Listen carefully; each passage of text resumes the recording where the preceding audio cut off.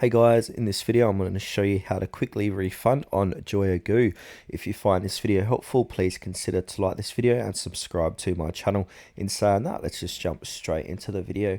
Alright, first step is to open up a web page and go to joyagoo.com. From here, we need to make sure to sign into our account where you want that refund to happen. So I've signed into my account.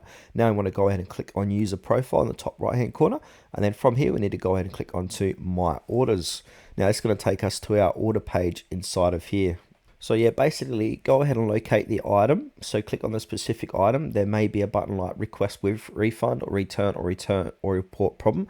Now not all products are going to have that option. Some you can't get any refunds, but some you can, so keep that in mind. And now once you click on the refund request button, we want to go ahead and provide details of why you want the refund. So be clear about what you want a refund for, like defect, damage, wrong item, not as described, size, color mismatch, etc. if possible. And also try and include photos for proof as well. If you don't include photos, you're probably going to be knocked back from my experience.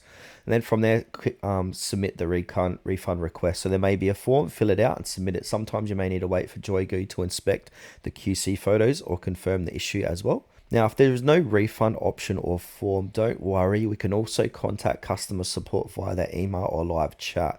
Provide order number, photos, and a reason, and ask explicitly for a refund. Now, from here, you need to go ahead and wait for the approval. So once submitted, JoyaGoo will decide whether the refund is valid. They may issue store credit or refund you to your payment method depending on the policy of the certain different products and your case as well.